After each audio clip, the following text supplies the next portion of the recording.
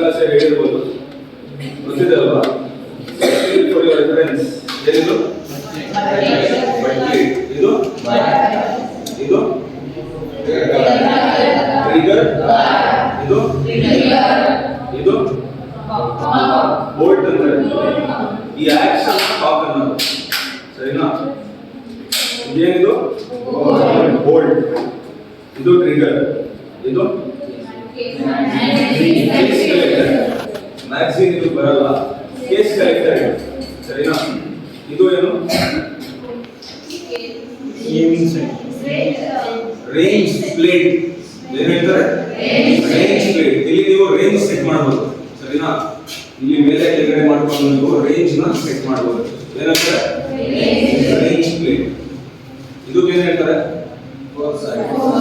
Four side guard. ನೋಡಿ, ಇದು U shape ಅಲ್ಲಿ ಇರೋದು ಗಾರ್ಡ್, ಒಳಗಡೆ ಇರೋದು ಫೋರ್ ಸೈಡ್ ಬ್ಲೇಡ್. ಇದಕ್ಕೆ ಟಿಪ್ ಬರಲ್ಲ, ಟಿಪ್ ನಿಮಗೆ ಸ್ಪೋರ್ಟಿಂಗ್ ರೈಫಲ್ ಬರುತ್ತೆ. ಇದು ಫೋರ್ ಸೈಡ್ ಗಾರ್ಡ್, ಸರಿನಾ? ಇದು ಏನ್ ಹೇಳ್ತಾರೆ? ಇದು ಅಪ್ಪರ್ ಸಿಲಿಂಗ್ ಕಡಿ, ಲೋವರ್ ಸಿಲಿಂಗ್ ಕಡಿ. ಯಾವುದು? ಲೋವರ್ ಸಿಲಿಂಗ್ ಕಡಿ, ಸರಿನಾ? ಇದ್ರದ್ದು ಅಫೆಕ್ಟಿವ್ ರೇಂಜ್ ಎಷ್ಟು? 25 ಮೀಟರ್ಸ್, ಸರಿನಾ? ಎಷ್ಟು? ನಿಮಗೆ ಎಕ್ಸಾಮ್ ಅಲ್ಲಿ ರಿಪೋರ್ಟ್ ಮಾಡಿ ಅಂತ ಕೇಳಿದಾಗಲೂ ಕೂಡ ನೀವೇನ್ ಮಾಡ್ಬೇಕಲ್ಲಿ?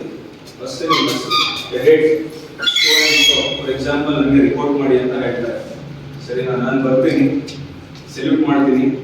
ಜೈನ್ ಶ್ರೀಮಾನ್, cadet Mohammad Suman, one Karnataka artillery battery. ನಿಮ್ಮ ನಂಬರ್ ಇದ್ರೆ ನಂಬರ್, ಆ ನಂಬರ್ ಹೇಳ್ಬಿಟ್ಟು ವೆಪನ್ ಟ್ರೈನಿಂಗ್ ಟೆಸ್ಟ್ ಕಲಿಯ ಹಾಜಿರ ಅಂತೀರ, ಸರಿನಾ? ಟೇಕ್ ಪೊಸಿಷನ್ ಅಂತ ಅಲ್ಲಿ ಮ್ಯಾಟ್ ಇರುತ್ತೆ, ಪೊಸಿಷನ್ ಗೊತ್ತಿಲ್ಲ.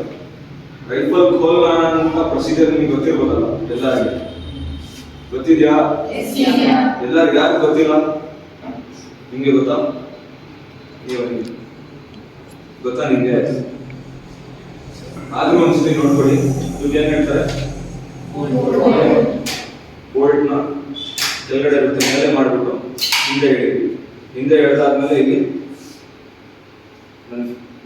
ಇಂಡೆಕ್ಸ್ ಫಿಂಗರ್ ನೋಡಿ, ಇದನ್ನ ಮೇಲೆ ಮಾಡ್ಬಿಟ್ಟು ಆಚೆ ತೆಗಿಬೋದು. ಅದಾದ್ಮೇಲೆ ಕೇಸ್ ಕಲೆಕ್ಟರ್ ಕೂಡ ತೆಗಿಬೋದು. ಕೇಸ್ ಕಲೆಕ್ಟರ್ ತೆಗಿಯಕ್ಕೆ ನೀವೊಂದು ಬಟನ್ ತರ ಇದೆ ಟ್ರಿಗರ್ ಮೇಲೆ, ಆ ಬಟನ್ ನ ಪ್ರೆಸ್ ಮಾಡಿಕೊಂಡು ಆಚೆ ತೆಗಿಬೇಕು. ಕನ್ಫ್ಯೂಸ್ ಆಗಬೇಡಿ, ಟ್ರಿಗರ್ ಮತ್ತು ಬಟನ್ ತರ ಇದೆ ಒಂದಲ್ಲಿ, ಅದನ್ನ ಪ್ರೆಸ್ ಮಾಡ್ಬಿಟ್ಟು ಆಚೆ ತೆಗಿತೀರ ಕೇಸ್ ಕಲೆಕ್ಟರ್. ಎಲ್ಲರಿಗೆ सर प्रैक्टिकल क्लास कराना है? नहीं, दोनों करो, पहले बताओ, इसका नाटक बताओ।